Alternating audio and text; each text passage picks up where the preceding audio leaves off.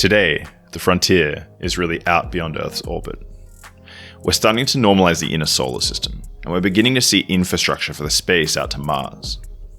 140 million miles away from Earth, on Mars, we have one lander, 8 orbiters, 3 rovers, and a helicopter. And it's not just Roscosmos and NASA anymore. ESA, the United Arab Emirates, India, and China are all taking part. On this episode of the podcast, I discuss the exploration of Mars with planetary scientist Dr. Tanya Harrison, who spent years working on the Opportunity, Curiosity, and Perseverance rovers, as well as the Mars Reconnaissance Orbiter. Tanya and her colleagues use rock samples, chemical and spectral analysis, as well as sound and photo imagery, beamed back via the Deep Space Network, to piece together the history of Mars and the inner solar system. Drawn together, their work has the potential of answering some of the most profound scientific questions, including how life began, whether it ever existed on Mars, and whether we're alone in the universe. We discuss what life is like behind the orbiter's lens, and how rovers compare to human investigators on the ground. How are meteorite craters and geology used to date and age a planet? How do we test for life, and why does Mars have such unusually large geological features? This is a conversation about the love of exploration and about the limits of what robots and remote approaches can achieve, as well as what we might be able to accomplish once boots are on the ground. I hope you enjoy. Escaped Sapiens.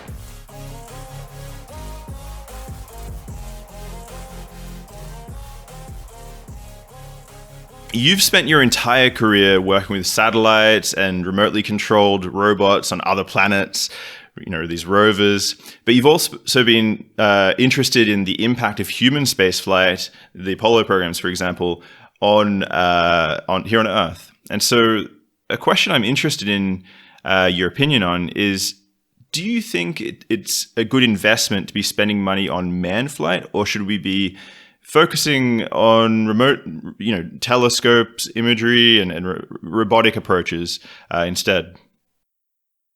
I think that's a really important question, and it comes down to what the goal of the exploration is. Right now, robots are certainly far more efficient in terms of cost, but they're not a replacement for the capabilities of humans at this point. You can't replace the experience and ingenuity of a human that is able to go and stand in a place, pick up a rock, rotate it 360 degrees, and just put all of their experience and knowledge into that moment. It's very, we still don't have the ability to replicate that, but it's very expensive. If we want to send a human mission to the moon or to Mars, we're talking orders of magnitude more than a space telescope. And we haven't seen a ton of science outcomes from human spaceflight so far. We had the flags and footprints approach of Apollo, which we did get a lot of science out of that in terms of bringing back rock samples that scientists are still studying today. And then we had a big gap between that and the space shuttle, space station era. But even that, I would argue, is still kind of a flags and footprints thing. It's, hey, we have the ability to keep humans in space, and we're going to stay up here to remind you of that. And we've done some science along the way. They've done some experiments on the space station. But I would argue for the cost of the space station compared to something like the cost of the Hubble Space Telescope or now the James Webb Space Telescope, the output that you're getting from that, it doesn't even come close. And so if we want human spaceflight to actually have exploration goals attached to it, we need to create those. Why are we sending humans? Why do we want to send humans in the first place? And I think that's the piece that's been missing so far. I guess the question is, let's think about Mars exploration. If you actually had boots on the ground, what new things could you do that you absolutely can't do with rovers? What's the science benefit there? The biggest benefit is speed. So humans are much, much faster than a rover. I think it was Steve Squires, who was the head of the Spirit and Opportunity mission, who said, it would take a human a couple of weeks to do what it took the rovers 5 years to do. We can only drive the rovers a few meters a day. They're really limited on power.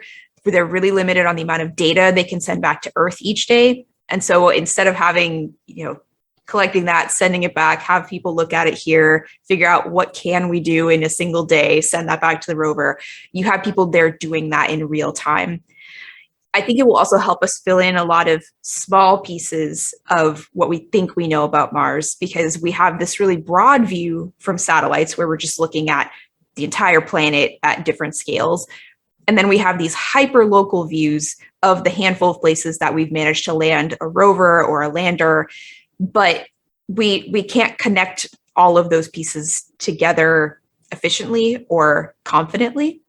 But having the human aspect there, like being able to act immediately on intuition and saying, oh, I think this looks like a thing that I saw from this other rover, or, oh, I recognize this type of feature either in a rock or in the landscape. I saw this in the desert in Jordan one time, and we know on Earth this is how it formed. So this must be what happened on Mars.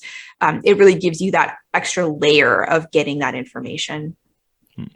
When you, so I know that you do these comparisons. You send out rovers into the desert to compare, what they can find in comparison to what a human team could find. Have you ever had a situation where, when you're doing these sort of tests on Earth, you found something that was completely wrong? As in, you think you found something using the rover, and then the human team has a completely different analysis of the situation?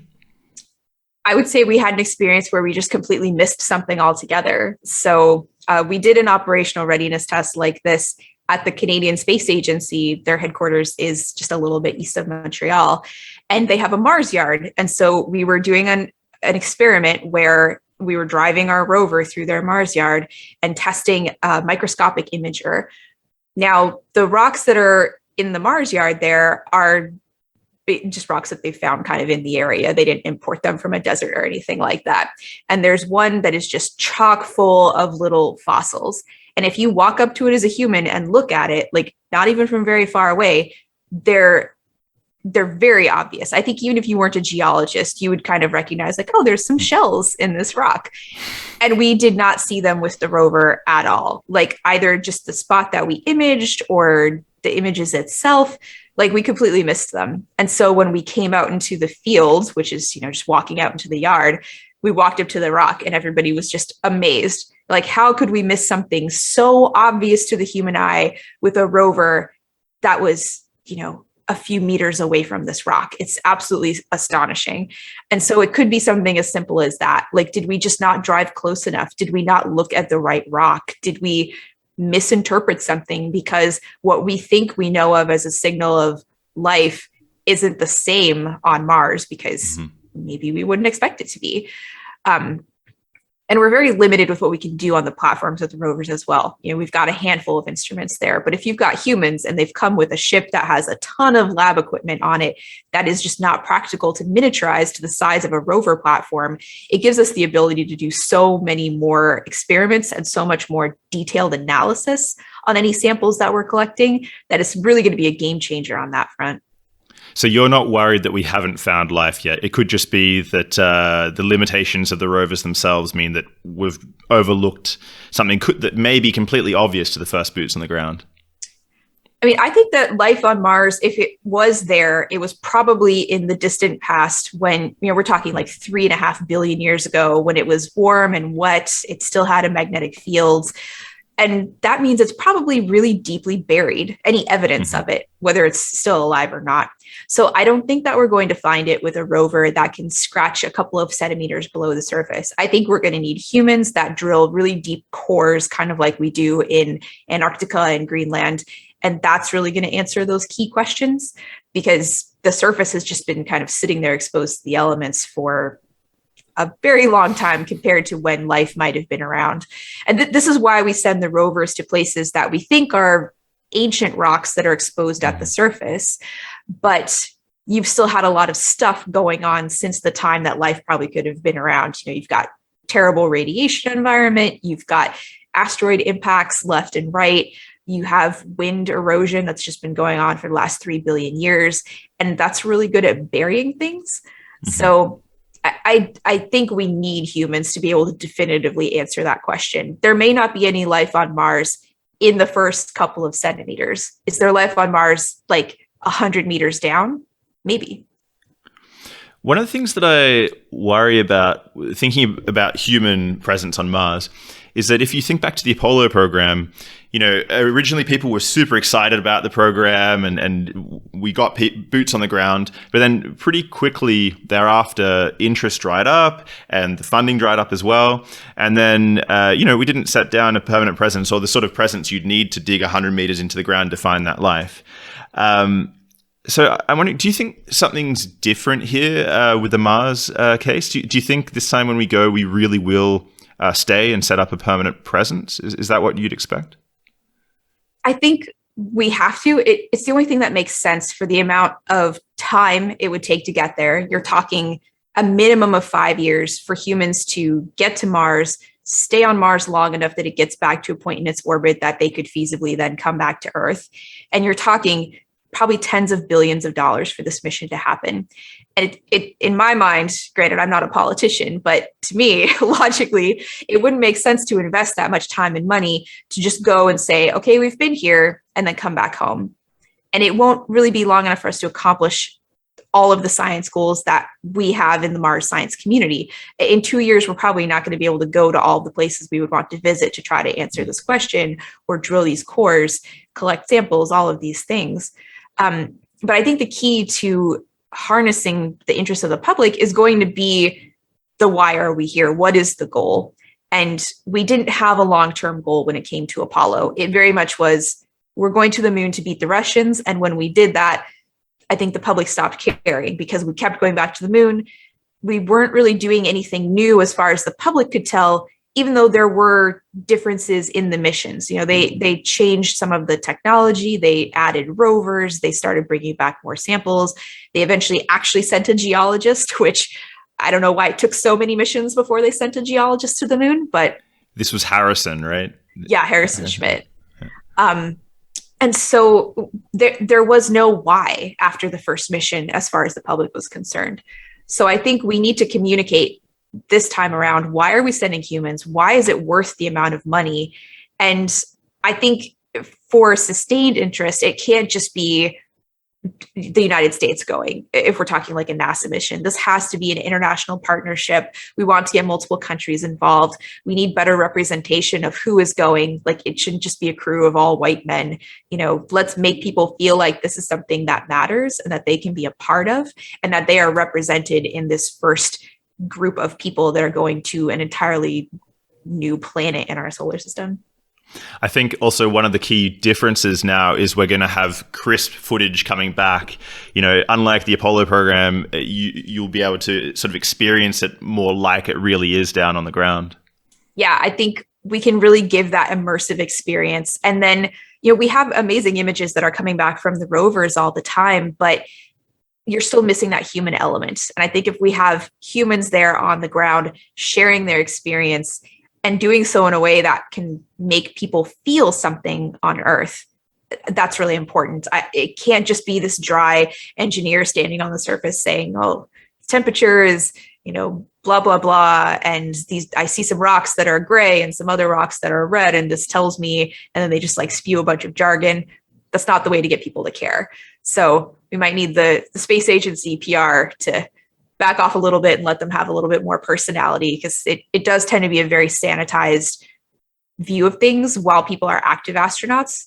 And then after they retire, that's when you start to get the fun stories and they really get to be themselves. And I feel like it's really unfortunate. I understand, as government agencies, they have to maintain a certain aura around them, I guess, but it's not the way to get people to care about things. And it's unfortunate. It makes me want to cry sometimes watching how boring NASA press conferences can be about the most exciting thing that anybody could be tuned into that day.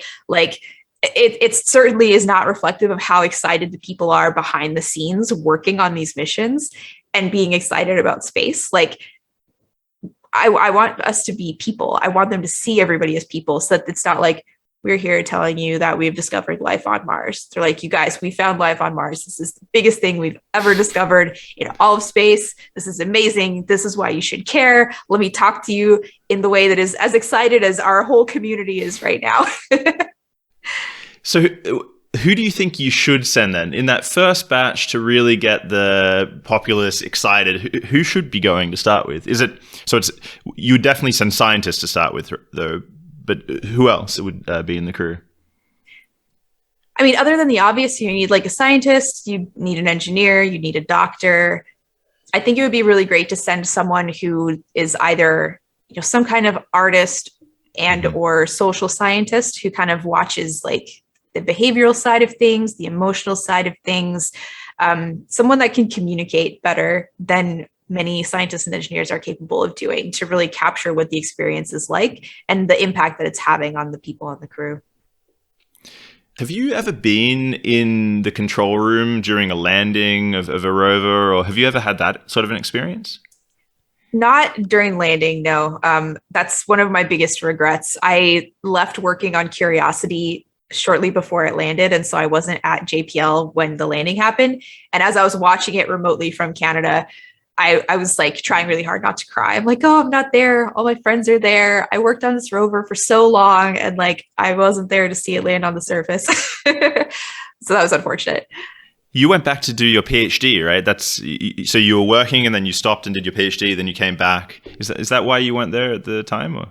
Yeah. So I also left because I was being really severely harassed at my job. And that was it more than going to get my PhD. That was what drove me to go back to school.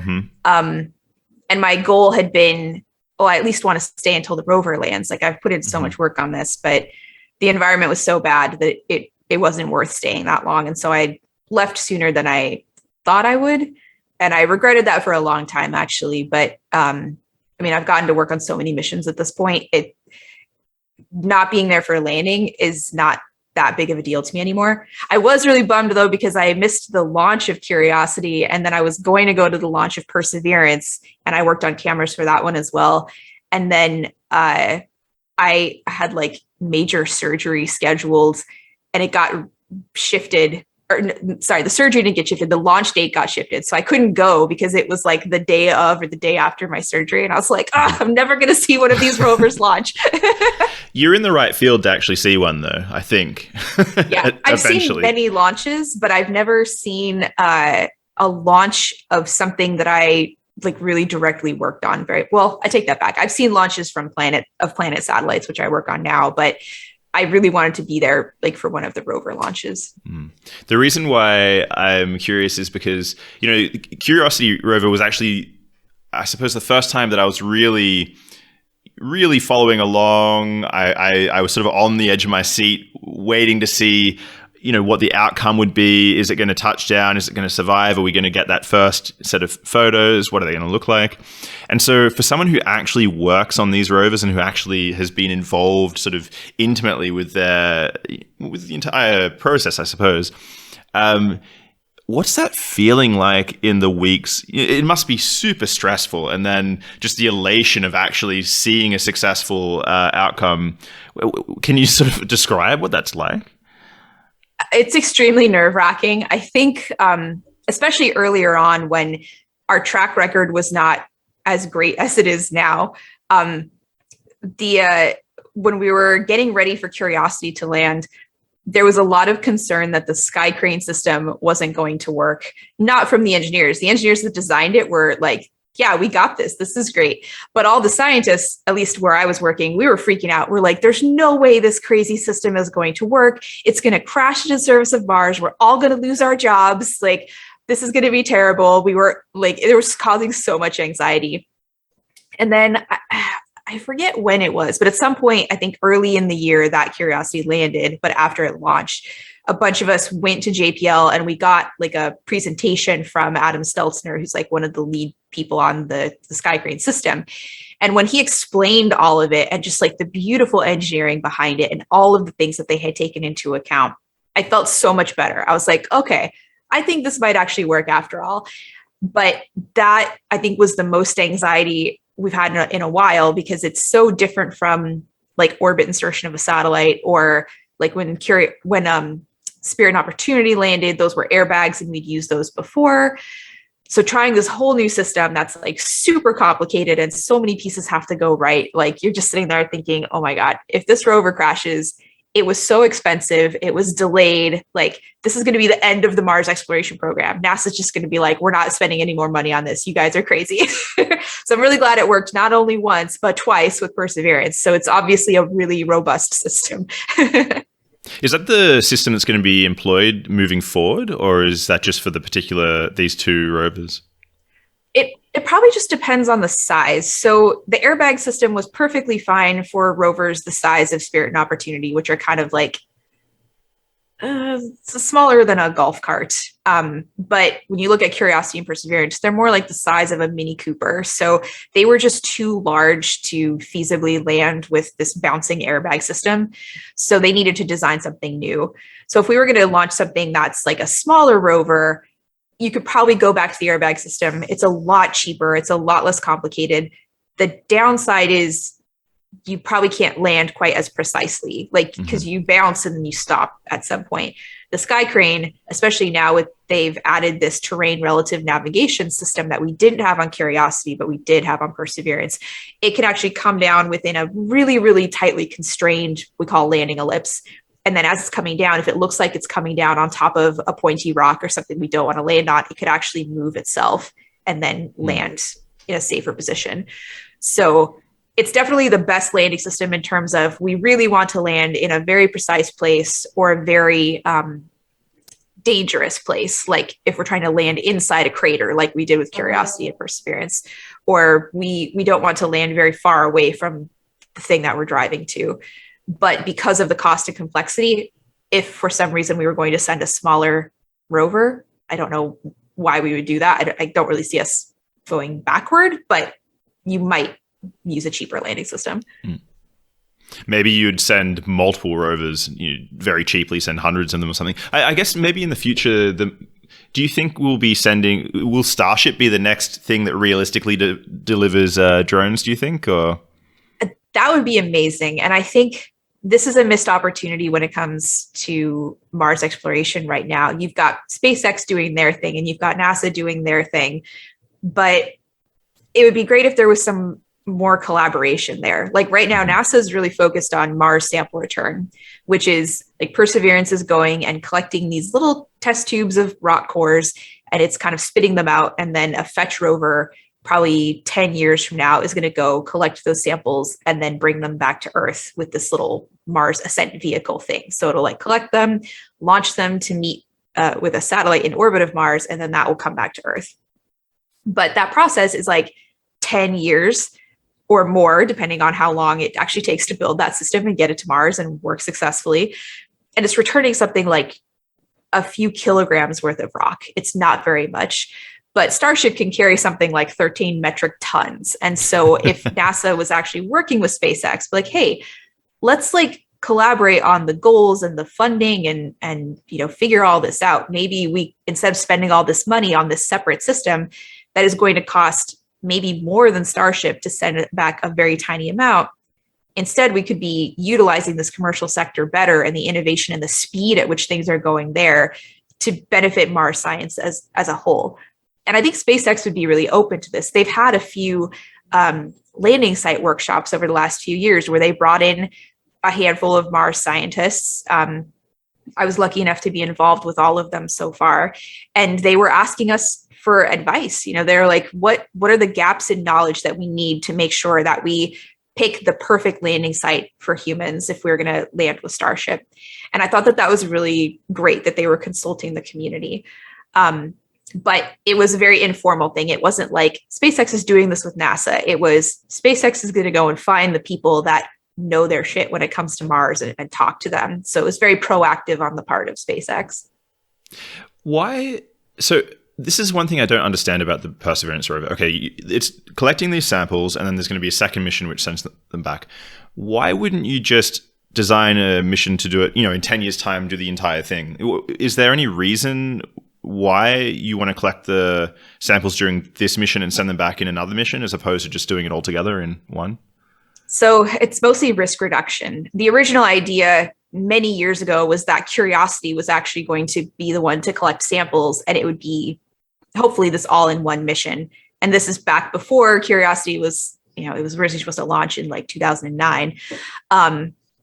But I think they were concerned that there was so much new technology, the sample collection, the ascent vehicle, the return, because we've never done sample return from Mars before. And at that point, we'd never even done like robotic sample return from the moon. It was only in the last year or two that China actually did that when it comes to the moon.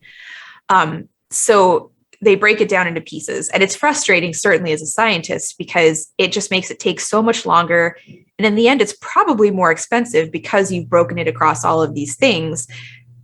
So it slows down the pace of actually getting the science done. The only plus side is, well, we got another landing site out of it. So we got to do science at Gale Crater. Now we're doing science in Jezero Crater.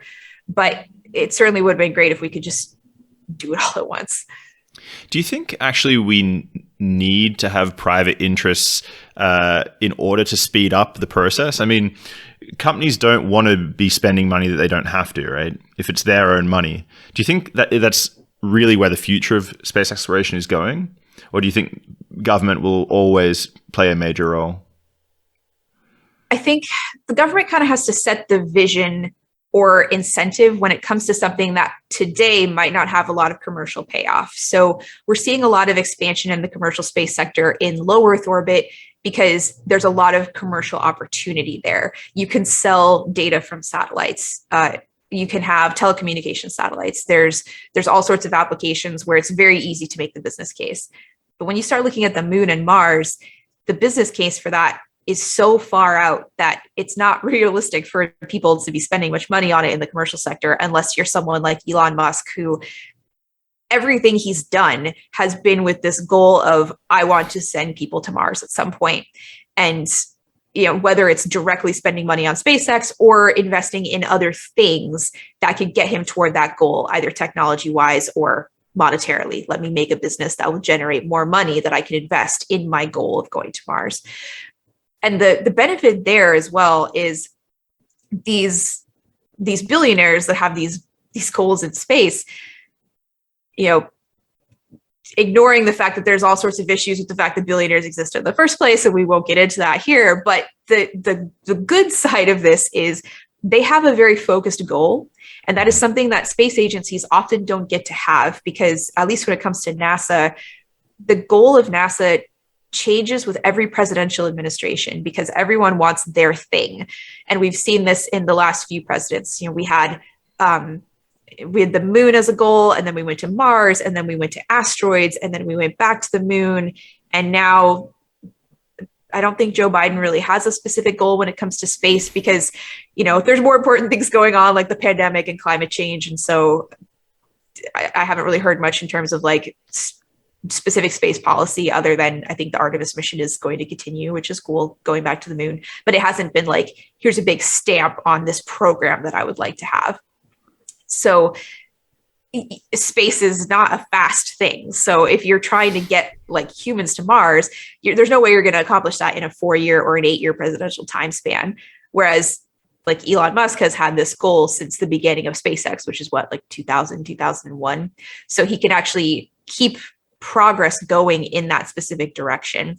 So I think this is where you have the benefit of like sort of long-term vision setting on both the side of the billionaires, but also on the side of the government. Like if the government has grant programs where they're saying, we want you to develop technology for a specific thing. Like there's a program called Commercial Lunar Payload Services, or CLIPS. So they're paying companies to develop specific technology for lunar landers, ice extraction, mapping, all of that kind of stuff.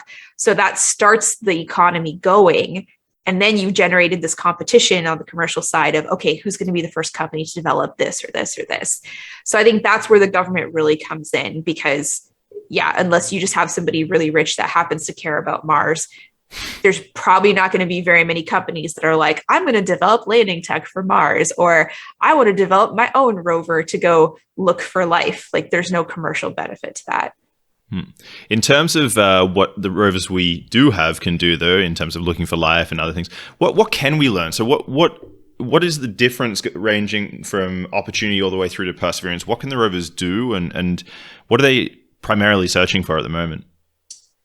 So it's been this stepwise approach. We started by looking for or following the water. So we had instruments on Spirit and Opportunity that were specifically designed to look for things like hydrated minerals. So minerals that have water bound in their structure somehow. And we were able to confirm at both of the landing sites for those rovers, there had been water there in the past.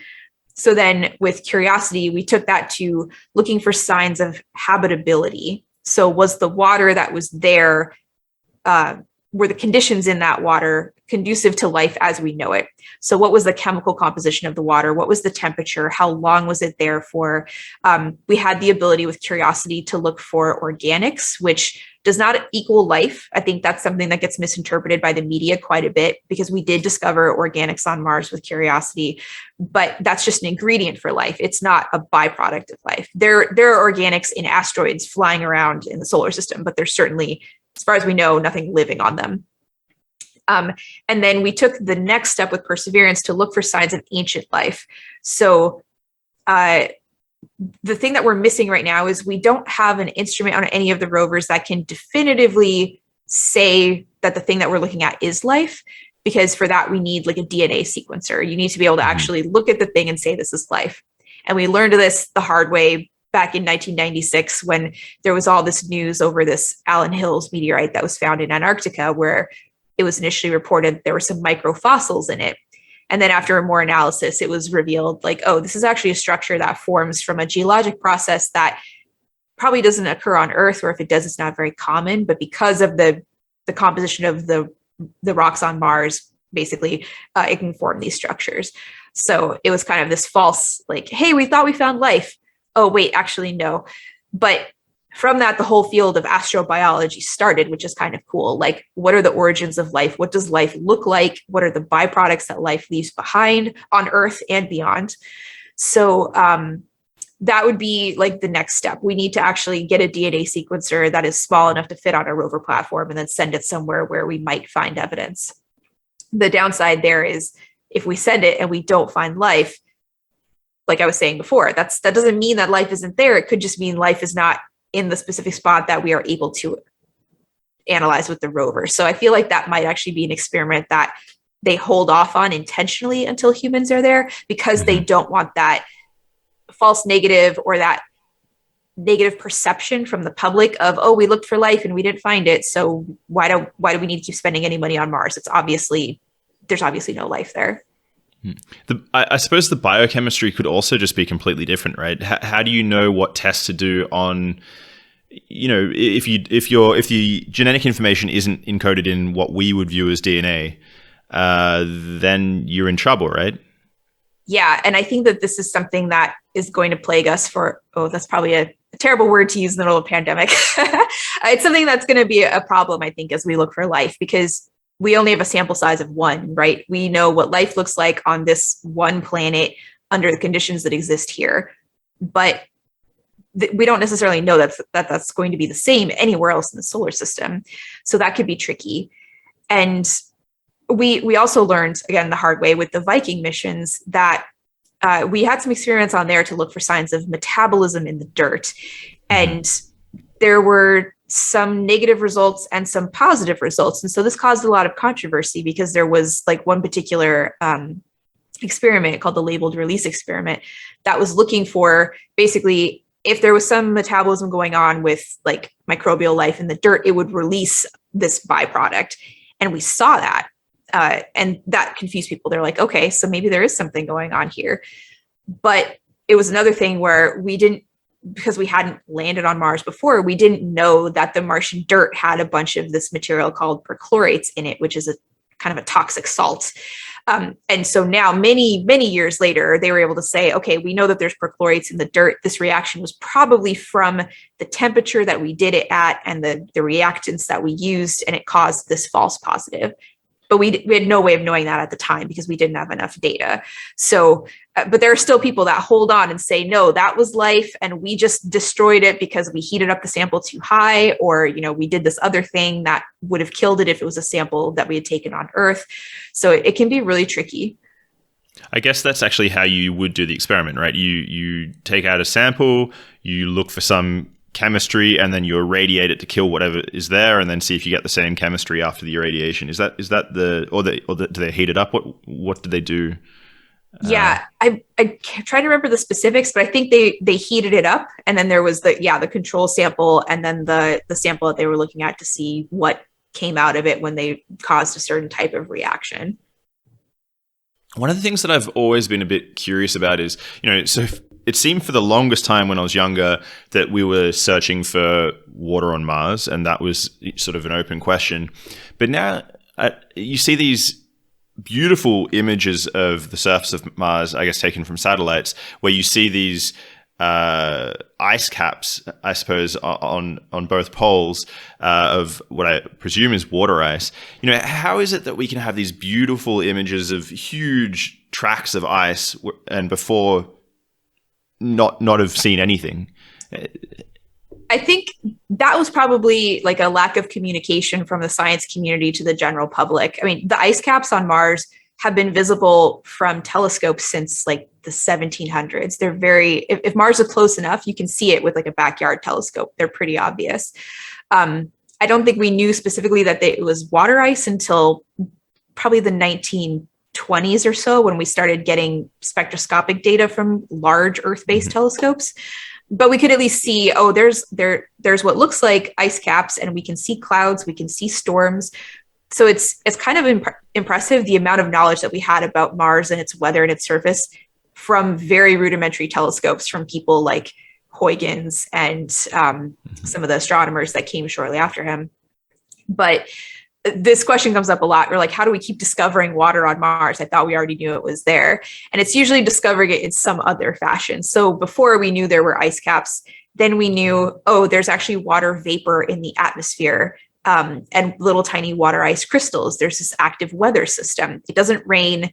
It kind of snows, but only like in the atmosphere. It doesn't hit the ground. There's frost that we can see that kind of expands in winter and then disappears again in the summer, just like you would see in satellite images of the Earth, like in either hemisphere. When it's winter, you'll see the snow line come way down and go back up. Same thing on Mars, but with frost. But we've been looking for things like minerals that have water in their structure that tell us that those minerals interacted with water that might not be there anymore in terms of like an ocean or a lake or a river. Or places where there's water that's accessible for us to use as humans down the line. So we probably would never send a human mission to like the margins of the northern polar cap of Mars, for example, because it's really cold. It's dark for part of the year, so solar power is not great. And the weather is really bad there. There's like constant dust storms that just spiral around the edge of the cap for huge chunks of the year. It's part of why the Phoenix lander didn't last very long compared to all of our other Mars missions that lasted for many years longer than they were expected. We knew Phoenix would die pretty quickly because this North Polar hood, as we call it, the clouds just come down to like a certain latitude and you're just blanketed in them for months at a time. So we'd have to figure out, okay, where is there ice that's buried under the surface at a place that's still convenient to land weather-wise and temperature-wise, but the ice is close enough to the surface that we could feasibly mine it. So we've been looking for a lot of those deposits, and we found them, which is cool, thanks to radar data where we can actually peer underneath the ground. So I think originally, before we knew there was so much water on Mars, the thought in general was, the big limiting factor for humans to expand beyond Earth is going to be water. That's what we need to survive. But now we're finding there's water everywhere. There's water at the south pole of the moon. There's water on Mercury. There's water in the atmospheres of a lot of the gas giants. There's frozen oceans under the surfaces of some of the satellites of Jupiter and Saturn. So water there's even water in some of the asteroids, like tied up in these minerals. So the limiting factor is probably not water. It's maybe more like oxygen or radiation environment or some kind of inert gas for us to breathe. We always talk about oxygen in the air, but 70-something% of our atmosphere is nitrogen. Like that's really important. There's very little nitrogen on Mars. This doesn't come up very often. But I guess any nitrogen that you have is easily recyclable because we don't actually process it, do we? Yeah, you just need some kind of inert gas. I think on Mars, people have suggested that you can use argon instead because it's just not reactive, but it adds to the air pressure around us. How do you protect? So these big dust storms that people talk about on Mars. How do you protect the drones during these storms? Are there covers that come? What do you do to stop damage to the drones? So there's not a lot you can do. We're very proactive in terms of we try not to land somewhere where we know there are a lot of storms. The one nice thing about Mars not having oceans is that the weather is really predictable and repeatable. So we know, kind of like in the US, we know when hurricane season is, we know when tornado season is. Those have been changing a little bit thanks to climate change. But in general, we know like, okay, these few months are when tornadoes happen. We can't necessarily predict if they will happen or where specifically, but we know, okay, this part of the country tends to experience tornadoes in this part of the year. It's exactly the same thing on Mars. The storms happen in the same places at the same times of year every year. And so we can say, well, if we know there's a place where these regional dust tracks go through for these storms, we probably wouldn't land anything there. We also try to stay away from any places that are, just kind of unsafe in general. So we've biased it from that standpoint, but you still get these global storms every once in a while, or the occasional regional storm that might pass over a rover. So usually what we'll do is the biggest danger from them isn't necessarily the storm itself. It's not like the Martian where you've got like things flying through the air and it's going to like impale the rover and then it will die. It's really more that the dust is in the air. And for the solar powered rovers specifically, it cuts down the power level. So I always keep this snow globe on my desk if anybody watches a video version of this. So when the dust comes through, it lofts all this dust into the atmosphere. Oh, my little Mars tipped over inside of it. Oh, no. Well, that's the first time that's happened. This little fine grained dust just hangs in the air for weeks or months at a time when you get these global storms. And then just like a snow globe, it'll eventually settle out, but that can take a really long time to happen.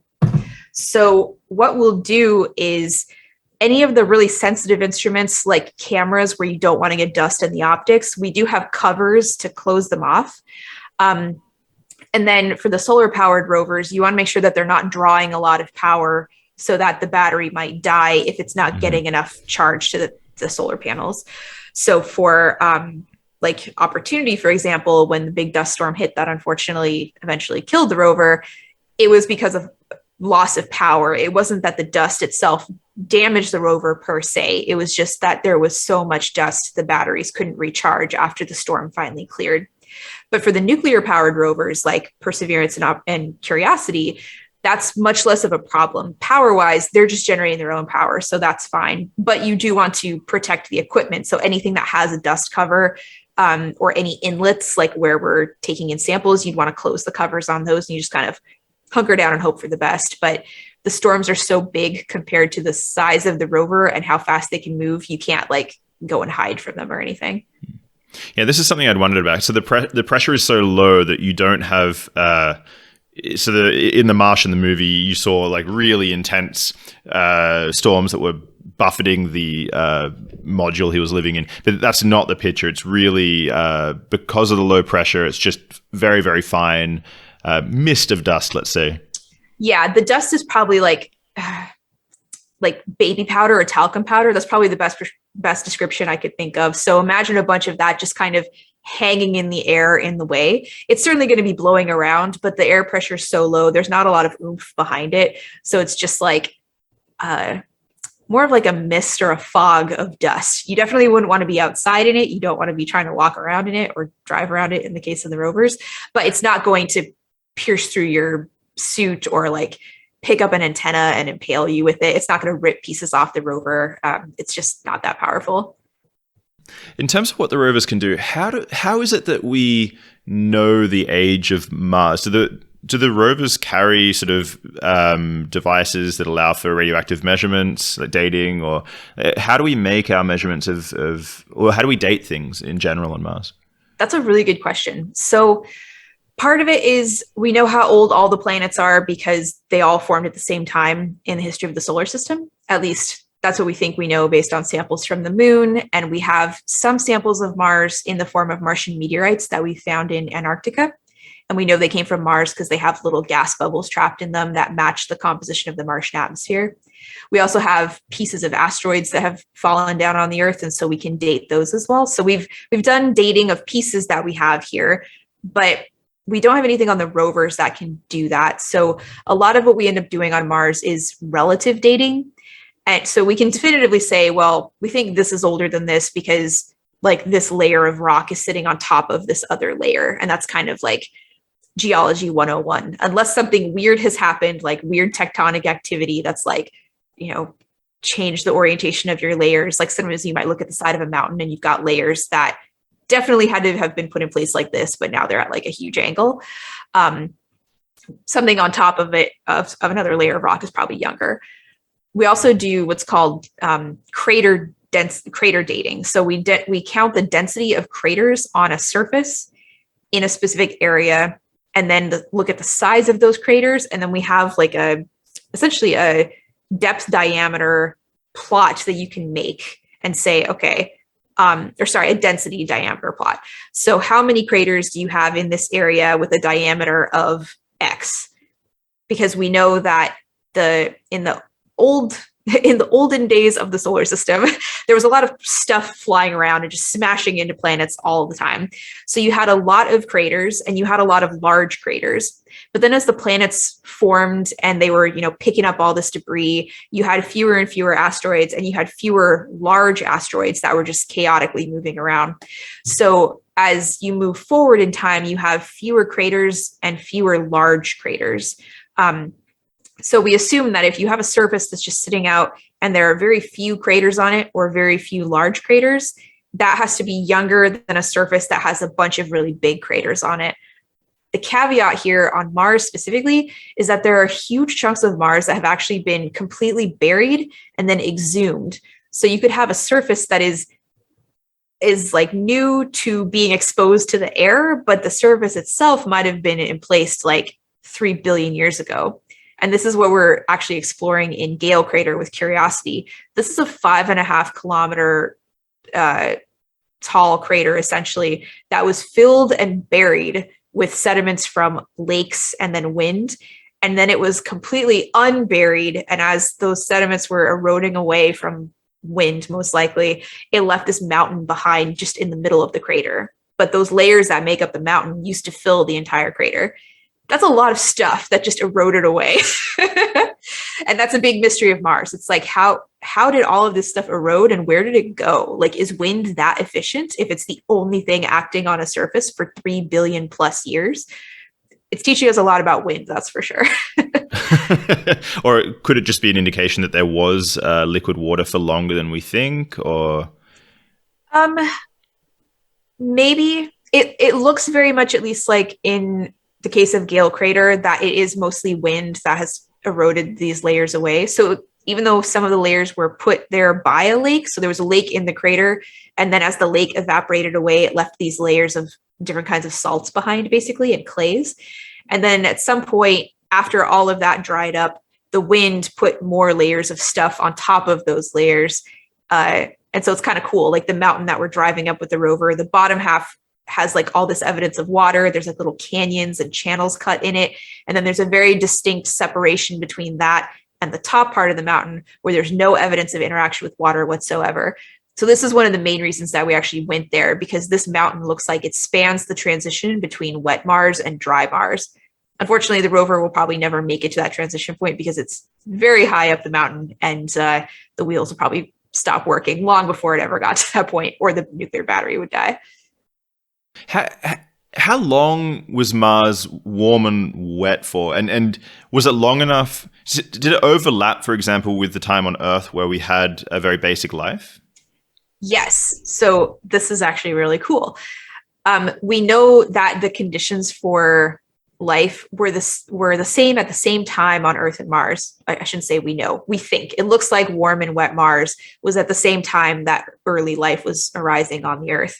So if there's a certain time span that you need for life to arise, like maybe the time period that it took for life to show up on Earth, if that would be the same for Mars, you might expect to see some kind of happy microbial life that managed to come up during then. But then maybe when you transition to like the cold, dry Mars we see today, whatever was there, maybe it just wasn't able to adapt and it died off.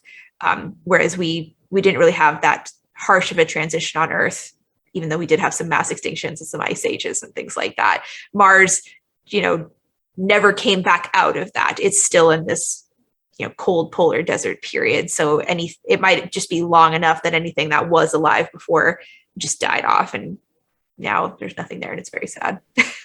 So how did why did this transition happen? I mean, it's much smaller than Earth, so it doesn't have the same sort of atmosphere that we have, but why was it that it was able to be warm back then and now it's just sort of dead in comparison?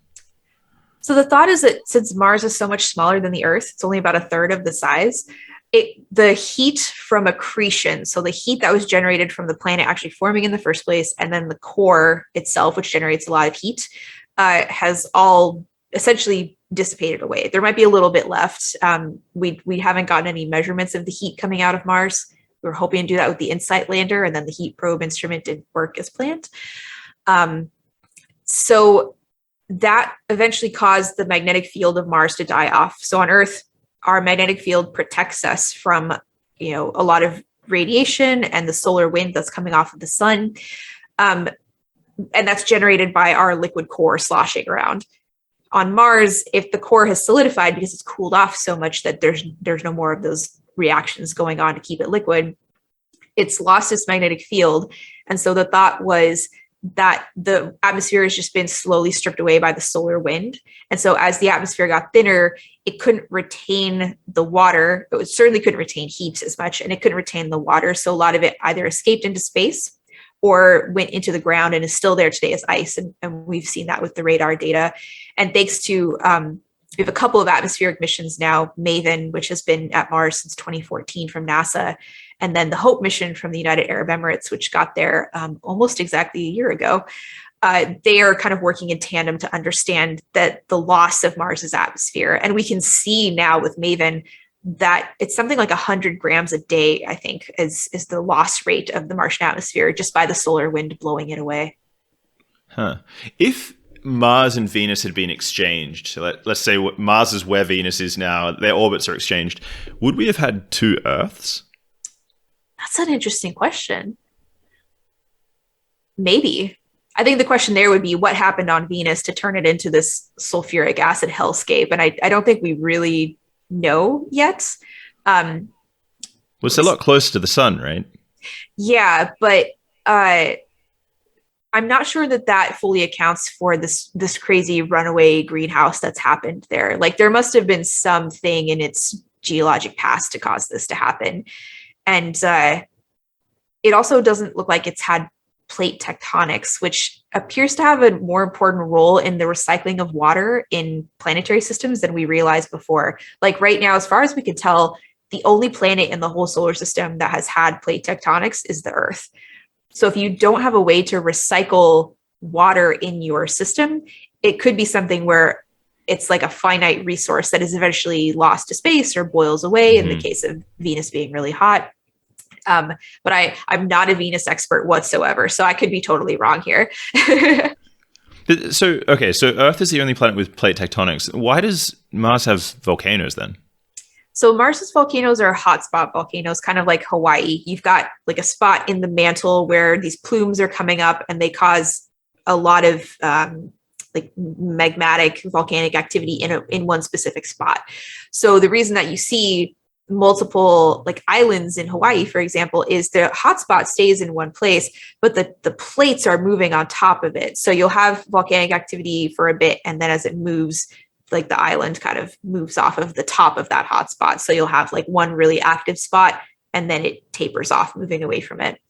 It's the same thing on Mars. So you had these what we think were just really large mantle plumes that formed these very specific volcanoes. And we can tell by the shape as well. So the shape of these hotspot Hawaiian-esque volcanoes are these broad, we call them shield volcanoes. They're really broad and kind of flat, which sounds weird when you're talking about a mountain, but compared to a more, like if you think of volcanoes, you probably think of like tall, pointy things like Mount Etna or Mount Rainier or something like that. Those are the type of volcanoes that you get from plate tectonics, where you've got like one plate moving beneath another, and it like pushes up the top plate and then forms these mountains.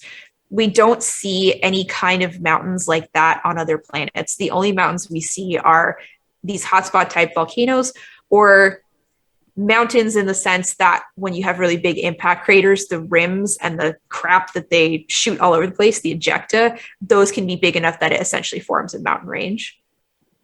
Is there like sort of really interesting geomorphology on Mars because it doesn't have plate tectonics that we just don't see on Earth? I mean, there's certainly a lot of interesting geomorphology on Mars. I wouldn't say any of it was necessarily attributed to not having plate tectonics, but there are things that we see on Mars that we don't have here. I think one really good example is there's this stuff called chaos terrain. We think this is stuff that formed where basically you had like a giant underground aquifer, or maybe a giant lava, like a magma patch essentially. And then that catastrophically released to the surface in some fashion. And then since you've lost all of the material that was holding up the ground on top of it just collapses, and you have this huge jumbled mess of blocks all over the place. We don't really see any equivalent to that on Earth, especially at the scale that we see on Mars. And that's kind of a mystery for Mars in general too. A lot of things on Mars are much bigger than they are on Earth. The volcanoes are massive.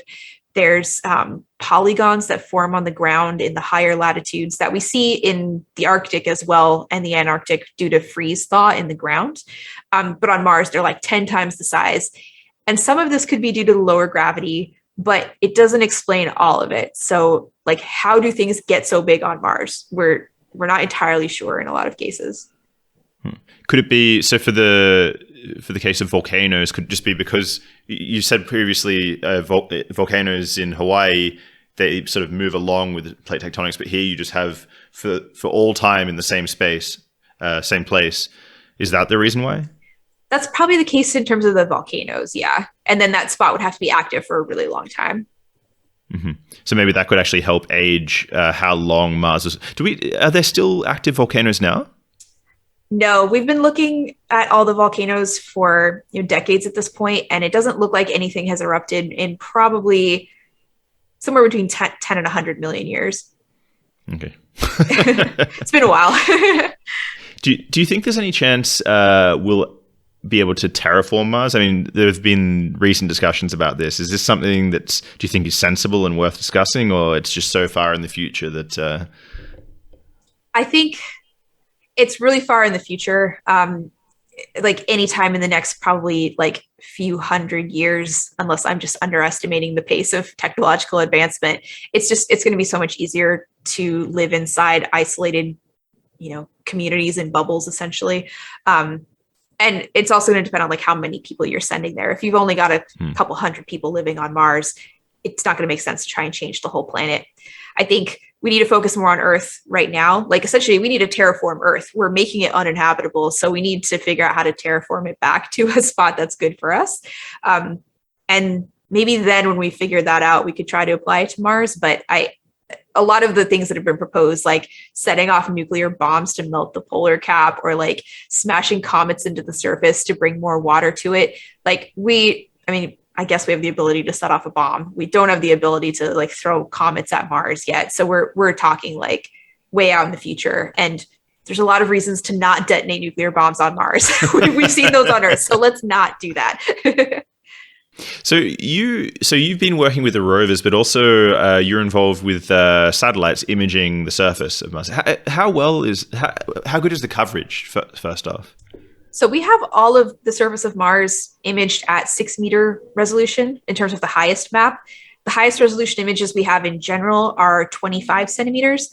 That probably covers, at this point, somewhere between 5 and 10% of the planet. I think when I left working on Mars Reconnaissance Orbiter, which has the highest resolution camera, they were at about 5%. And that was almost 10. Oh my gosh. Yeah, 10 years ago. So Now it's, but we do get like repeat global imaging with this instrument called the Mars Color Imager, or MARCI. It takes almost a daily global mosaic of the whole planet to monitor weather patterns, and that's 1 kilometer resolution. So it's not super high, but it's enough that we can watch the clouds move and we can see how the polar caps change. And we'll look for really big new impact craters with that, but they're generally not that big. So you need something like that 6 meter. That's called the context camera. You need that to find the impact craters. What's the limitation? Why is it that we've only got 5% coverage with the high resolution? Is it the data download? What's the limitation there? It's a combination of things. The big one is the bandwidth. So the images, obviously, if you have a 25 centimeter image, the file size of that is quite large. And trying to send that back from Mars can be really difficult. The data rate is highly variable depending on how far away Mars and Earth are from each other. And you only get a very limited amount of space that you can use on the Deep Space Network, which is the set of satellite dishes on the Earth that takes all the data back from every mission that is beyond Earth orbit. So you're fighting for capacity on those dishes, essentially. And there's only 3 locations of them in the entire world. So there's one in California, there's one in Australia, and oh gosh, I think the third one is in Spain. I just totally had a brain failure. I believe the third one is in Spain. And when your mission is like new and shiny, you get to use the bigger satellite dishes in those. So you get a higher data rate. But then when your mission is older and like the public cares about it less, you tend to get relegated to the smaller dishes. So there's like 34-meter dishes and 70-meter dishes. So if you get the 70-meter dish, you get way more data back than the 34-meter dish. So it's really sad. How much are we talking? I can't remember the actual data volume difference, but it's significant. I was on the mission when we transferred between dishes at one point, and it was like really exciting to get to use the big dishes. And then when they moved it down, it was like, oh, we can take like half the number of images that we could before in a single day. And even then, like for the context camera, when Mars was close to Earth, we could take 200-300 pictures a day. And then when Mars was the farthest point from the Earth, we could take maybe 3 images a day. So it's really, really extreme. The other limitation with the high resolution imaging is just the footprint size of the data. So for the 6-meter images, they were 30 kilometers by 30 kilometers wide and up to 150 kilometers long, generally speaking. But the high resolution ones are like 1 kilometer by 5 kilometers. So you're getting these little postage stamp pieces of the surface, and you're not necessarily taking a new image every time you shoot the surface. You might be monitoring certain areas. Like basically anytime you're flying over one of the rovers, you're going to be imaging the rover to get a status update.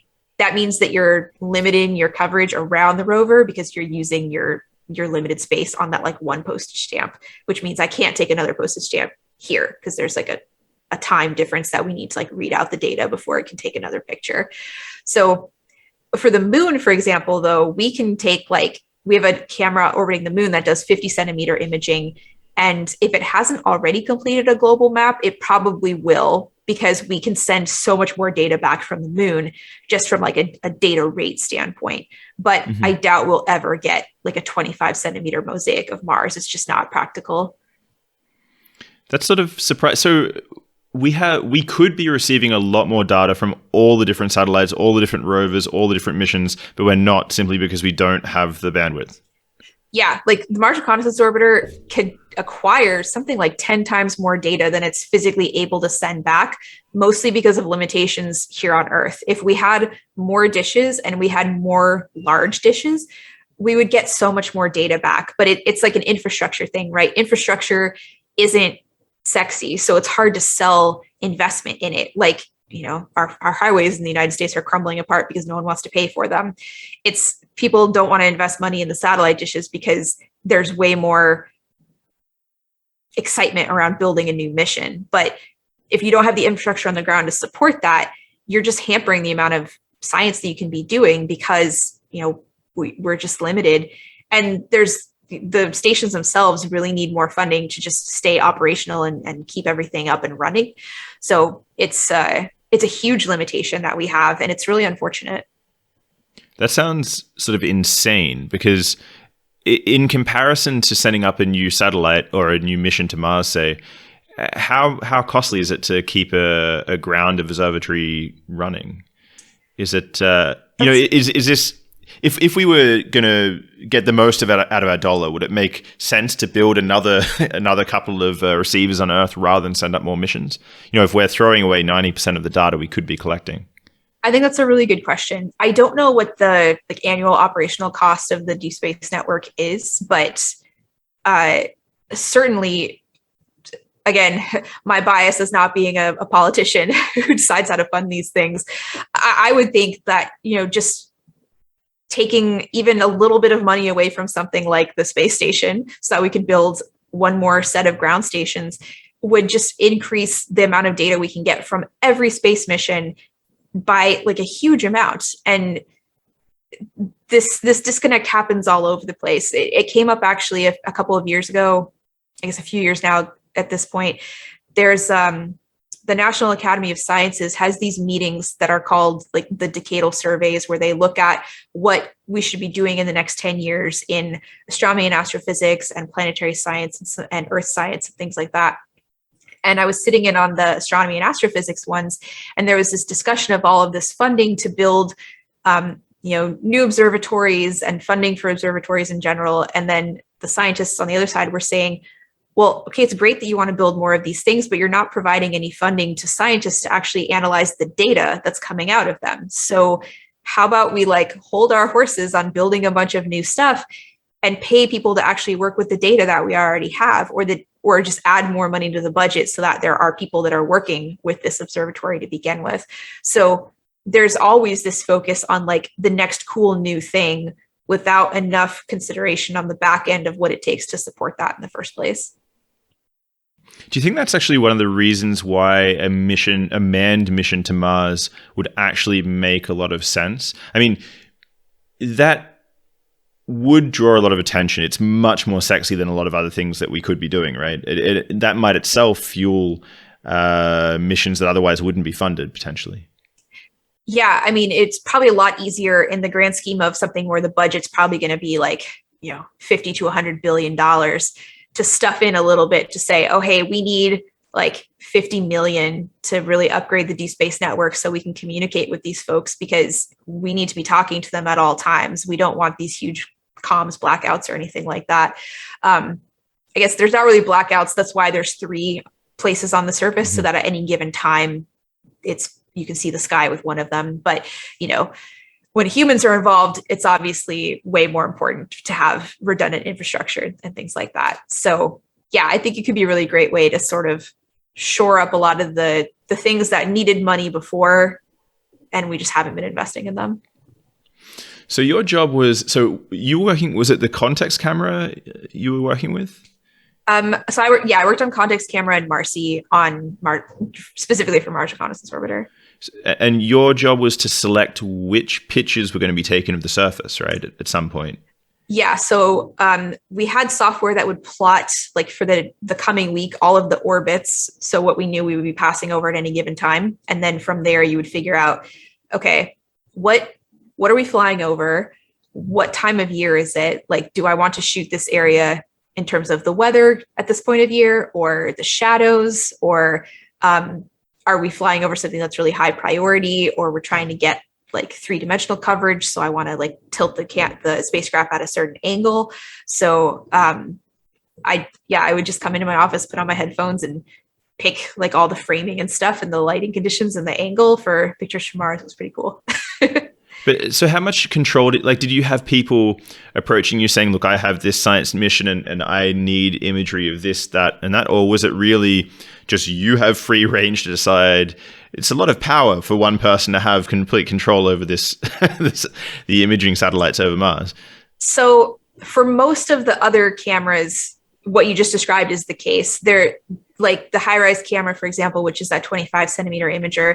They have a way for people to submit targets, and they can put in justification and priorities and all this other kind of stuff. And it's really important because they're so limited in what they can send back, and the size of the image, like I was mentioning before. for the context camera, since the pictures are so big, we're basically just trying to provide background mapping for this higher resolution image. That's why it's called the context camera. It's the context for the high-res images. So we did have a database of targets where people could submit stuff if they wanted to. They didn't do it very often outside of the people on the team.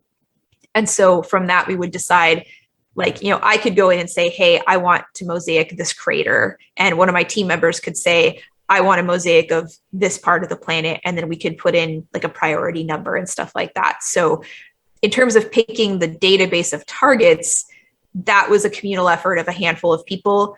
But then, like, when it was your week to actually control the camera, there wasn't really any input from anybody else. It's just like, okay, I'm using my knowledge and my experience and my situational awareness of like the time of year that it is on Mars and what that means for any given place. I will use that to decide what we should be taking pictures of. So every picture that you look at from Mars Reconnaissance Orbiter, really, other than for Marcy, which is just a background imager, like a person intentionally took that image, and there's like a lot of reasoning behind why it was placed there. So you've been analyzing for years the surface of Mars. Is there anything in particular that sort of you were the first to see, any sort of dynamics on the surface, or any features that you're particularly proud of, or that no one you had any idea of before, and that you sort of were the first to spot in any of these images? Yeah, I wrote a paper once on this massive channel system that I found associated with a really big impact crater in the northern plains of Mars called Leo. And we hadn't really done a lot of imaging north of the crater because it just goes off into these flat kind of featureless northern plains of Mars.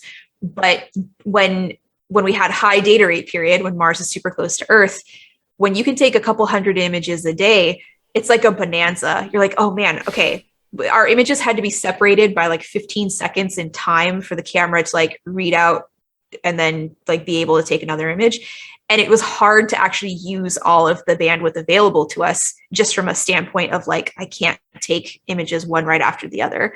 And we had a bunch of extra space. So I was like, we didn't take any pictures in the plains. Let's start imaging the northern plains. And I found this huge channel and I was like, oh, this is interesting. Let's take some more pictures around it and see what's going on. And then I found a bunch more of them.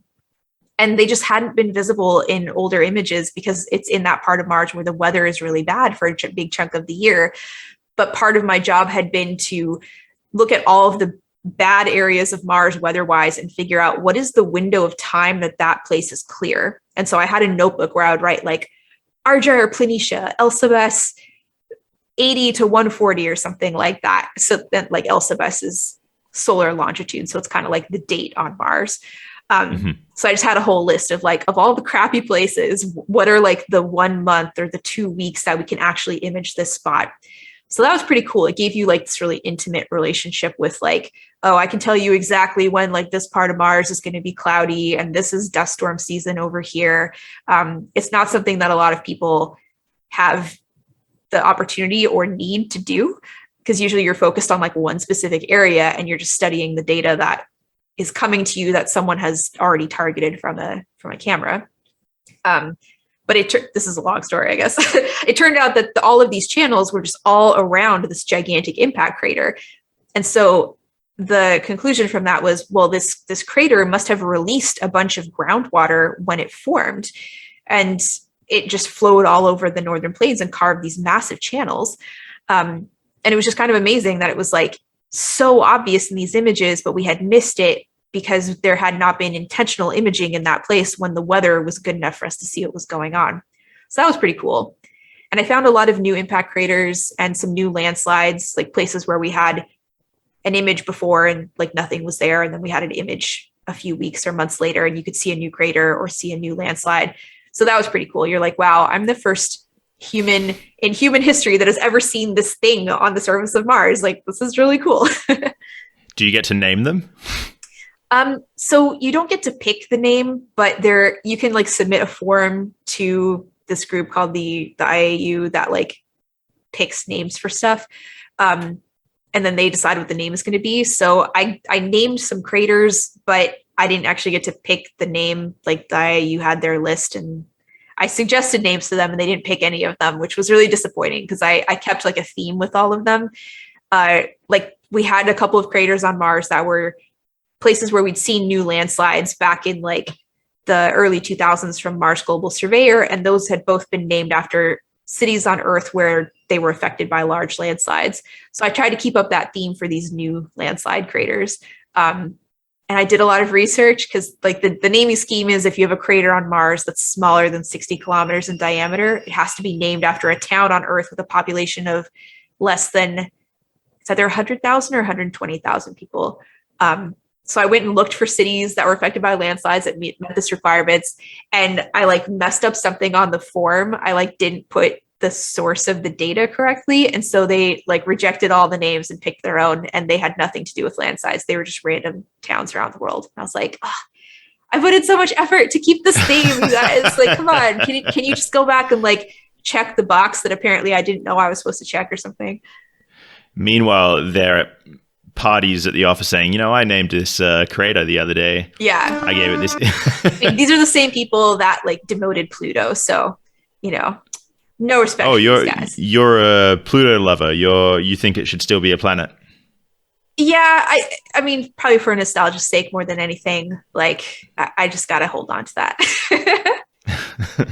So is there anyone who knows the surface of Mars more intimately than you? Like, it sounds like you're one of the people who's spent the most time just analyzing the surface. I would say, like, at a planetary scale as a whole, I'm fairly confident that I'm the only person that has looked at the entire surface at high resolution, like on a regular basis.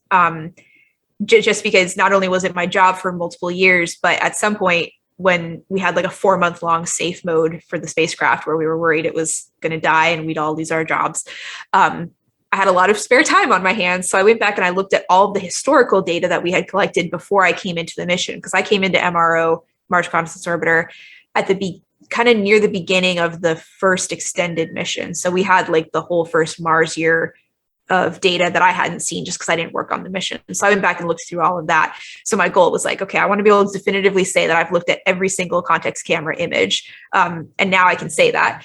So, and then even after I left, anytime there would be like a release of data, I would go back into this program called JMars that is just this free program anybody can use to browse NASA data because it's publicly available, and just kind of go through and step through the images after that. So I have a very good broad scale relationship with Mars. I'm not like an expert on every field of Mars. So like, I can't tell you specifics about like every volcano. My specific expertise is in gullies, which are like a specific type of feature on Mars that are like these little landslides. But I can certainly tell you like, show me where some cool volcanoes are, or like, what is the weather like in this part of Mars? Or, have you seen any particularly interesting channels compared to other channels? Like, yeah, I certainly know my way globally around Mars way better than I do on Earth. That was my next question. It's such a bizarre skill set. If, let's say, for example, heaven forbid, you end up outside of research having to get a job somewhere, and that's what you put on your CV. I know Mars better than any other person on the planet. It's a very random skill, that's for sure. I mean, now I work for a commercial Earth observing company, and that was my thought when I initially found out about Planet, the company I work for now. I was like, wow, this company seems super cool. I really want to work there. But why would they hire an expert in like Martian landslides? But the skills you learn are really transferable, at least for Mars, because the surface of Mars geologically is very similar to Earth, and operating cameras on any kind of satellite is pretty much the same regardless of what that camera is pointed at. So I had a lot of experience with like mission operations, remote sensing in general, camera systems specifically, because I also worked on like designing science requirements for future missions, since I was working for a company that was building cameras for Mars missions. They built the Juno cam, which is at Jupiter right now, and they built some of the lunar cameras. So they've done a lot of different things. So I just had to figure out how to reframe my skill set into something that was relevant to an Earth observing company, and it worked. So that's pretty great. But it's certainly strange to like literally having spent over a decade just looking at pictures of Mars all the time, now looking at pictures of Earth, I'm like, wow, the Earth is really cloudy all the time. And there's just evidence of humans everywhere. Like, regardless of how remote the image is, you're like, oh, there's a road or there's a building. Like, I guess you don't really think about how cloudy it is all the time here because the clouds are above you. And on Mars, the clouds rarely get in the way of satellite imaging. Even if they're there, you can see them, but they're so thin, you see through them. And here, I feel like half the time I go to look at a picture of something, I'm like, God damn it, there's like clouds in the way. Have you caught any, every now and again you hear of like an ice shelf breaking off or any of these massive signs of climate change. Have you been able to capture any of these personally and seen, how long have you been working in the current job for? About 2.5 years now. So not long enough to see big, I suppose if you were working for 10 years, you might actually see, or 20 years, 30 years, you might actually see differences over time climate wise. But have you seen any of these sort of individual events that stick out? Actually, yeah. That's the thing when it comes to climate change, especially in the Arctic. You don't need decades to see these changes anymore. Last summer, gosh, the last 2 years are blurring together. It was either last summer or the summer before. There was a collapse of the last intact Arctic ice sheet in Canada, and we managed to capture it with our satellites. And it was pretty striking because we have over 200 satellites in orbit right now, and they kind of orbit in this big line scanner. So they're just constantly taking pictures anytime they're over land. And when they get up to the Arctic, they get really close together. So we'll get multiple passes per day. And when NASA found out about the collapse, they went to go look at data from their satellite, and it was cloudy. So they actually emailed me and they were like, hey, did you manage to get an image of this by chance? And I went and I looked, and we got 4 satellite passes that day. 3 of them were cloudy and 1 of them was clear. And we had multiple passes from the day before. So we were actually able to constrain the time of the collapse of the sheet to a 10-hour time span, which is kind of unheard of in a place so remote where there's not really a lot of like sensors on the ground to pick this stuff up. So that was probably the first like really big thing that we've seen in terms of climate change. Certainly there's other changes that we've observed, like the volcano that just erupted in Tonga. We had been monitoring that for weeks with NASA. And so we had images up until like 2 hours before it had the big eruption. And then we've been collecting images afterward as well, where you can see that the island is just gone. So that's a really striking thing too. Like, stuff on Mars changes, but it's usually something small, like a tiny landslide or a little avalanche or a tiny new crater. You don't get these like massive sudden changes, generally speaking. And then on Earth, you could literally go from one day to the next and have a landscape be almost unrecognizable due to some kind of natural disaster or something like that. I mean, that volcano explosion was insane, right? It's the size, you can see it's the size of countries. Yeah, I think it's the largest eruption that has been observed from space at this point. And so they knew that was going to happen? They had a lead up to that? I don't think they knew that an eruption of that magnitude was going to happen, but it had been erupting for a few weeks before that. So originally, there were just these 2 separate islands, Hunga Tonga and Hunga Hapai. And then this volcano that used to be underwater had erupted to the point that it was visible above water and kind of connected those 2 islands together. So if you look at the images from like November, December of last year, you can actually see the island pieces that have some green vegetation on them. Like, they've obviously been around a lot longer than the middle part. And the middle part is just like this gray volcano with a little caldera at the top. And that had been erupting for weeks. And so there were folks that were monitoring that, kind of keeping an eye on the volcano. And the volcano itself only became visible above water in like 2015, I think it was. So the island itself was very young. And it was unusual because islands that form like that tend to disappear very quickly. It's basically just made out of ash. And so the current of the ocean gets rid of them within a matter of weeks or so.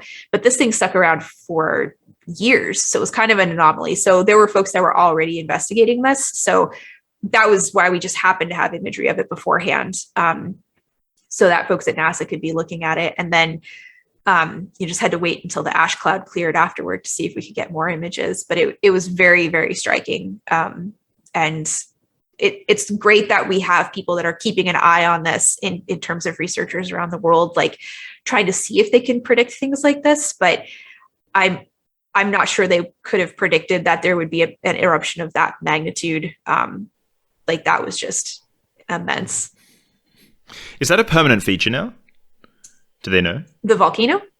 Yeah. As in, so like you said, the ash that usually forms and washes away it's not like that. It's an actual, honest to God island that now exists. Well, it was until the big eruption, and now that the ash part is gone. The remainder of the volcano is all underwater at this point, except for like the part where the two little islands peak up. They're kind of part of the complex of the volcano that just happens to be above water. But the part that had formed in 2015, that part is completely obliterated.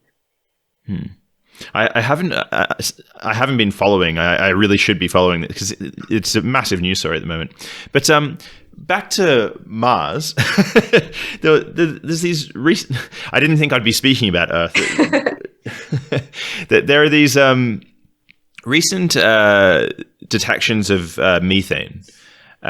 Is there any indication at all that could be biological in origin, or is it just it's almost certainly not? What's the story there? So this has been a big mystery for the past maybe decade or so on Mars since the detections were confirmed on the ground. Because on Earth, usually methane comes from two sources. It's either biologically generated as some kind of waste product. So I think on Earth, the main source of methane in our atmosphere is from cows. We know there's no cows on Mars, but there are bacteria that can produce methane as a byproduct. The other explanation is there's a geologic process called serpentinization, which is basically when you have warm water interacting with certain types of rocks, it can generate methane as like a gas byproduct. This might seem like the less exciting answer when it comes to Mars because bacteria is more exciting than rocks, unless you're a geologist, maybe. But the exciting thing for Mars in terms of if it's serpentinization is the warm water aspect.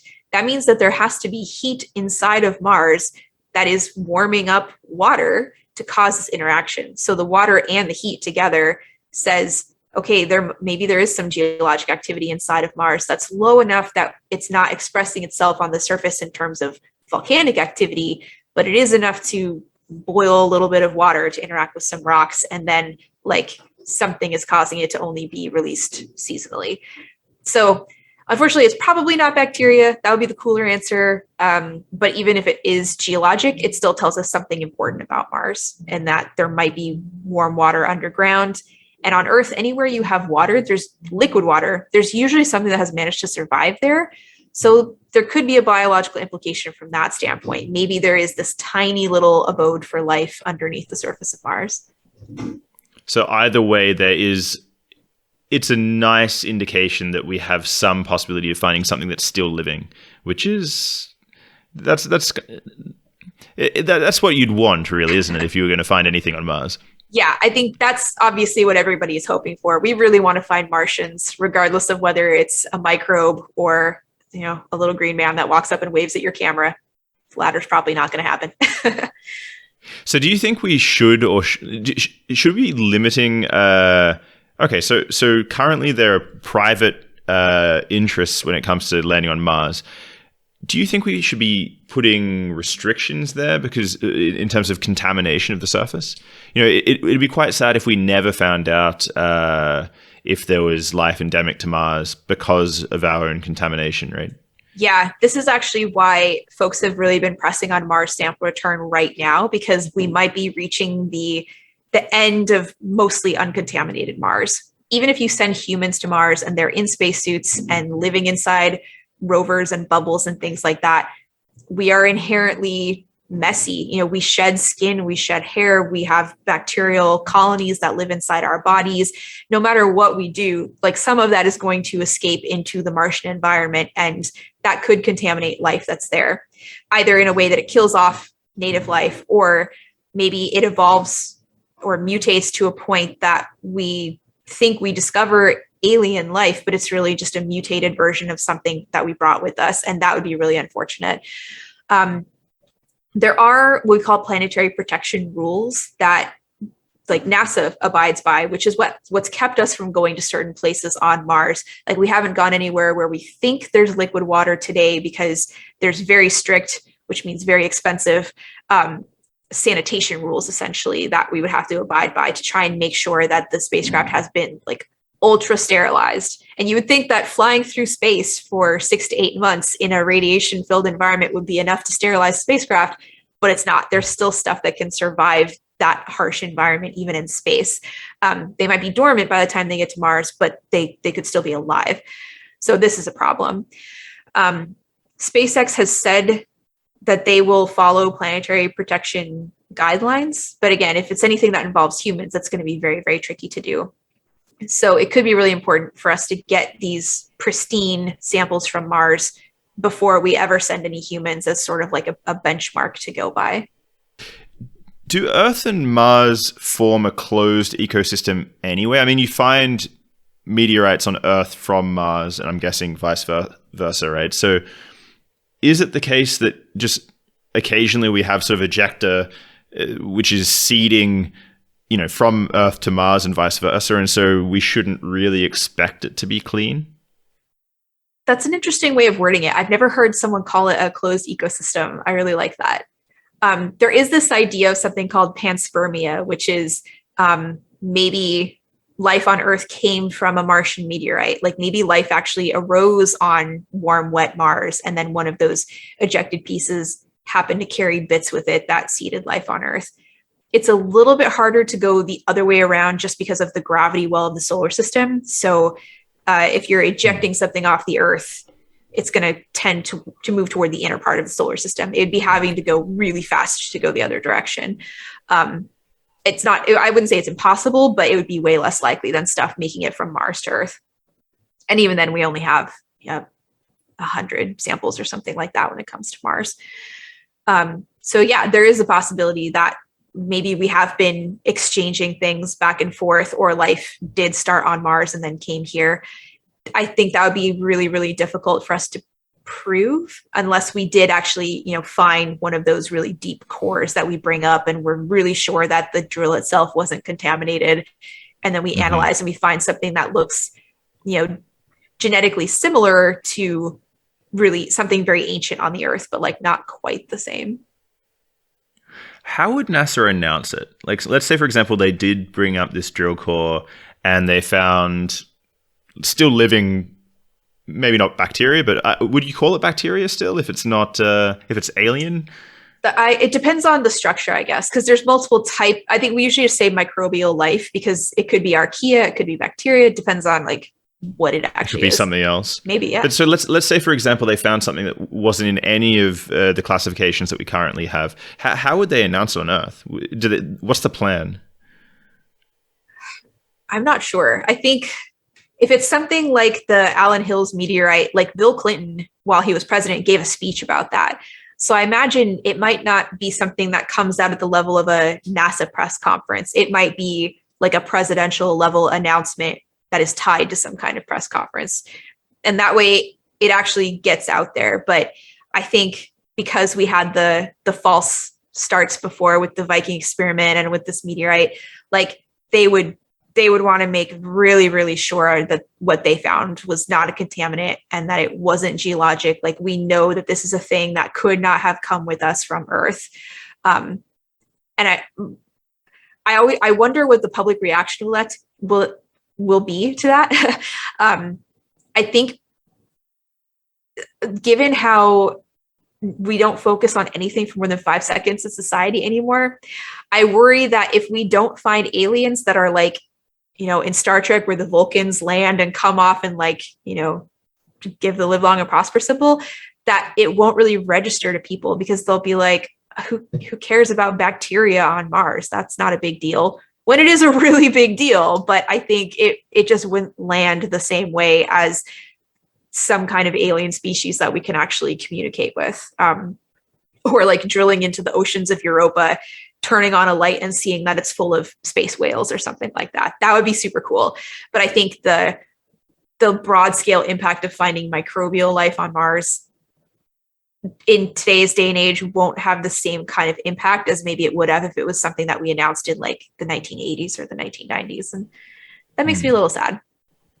Do you think there is any chance that we will find something that's a little bit more advanced than microbial life? Is there anywhere in you mentioned Europa, is there anywhere where you could actually imagine anything like that happening in our solar system? I certainly don't think it's the case on Mars, but I think Europa is probably the best chance. We know that there's a large ocean that's under this ice cap. We know that it's warm. We have a similar kind of environment under parts of the Antarctic ice cap. So we know that stuff can survive in that environment. And I think in terms of finding life that's alive today, Europa and maybe Enceladus, which is kind of similar. It has not a global ocean, but a small ocean under the South Pole. That's one of the moons of Saturn. And it's actually ejecting material through these geysers into space.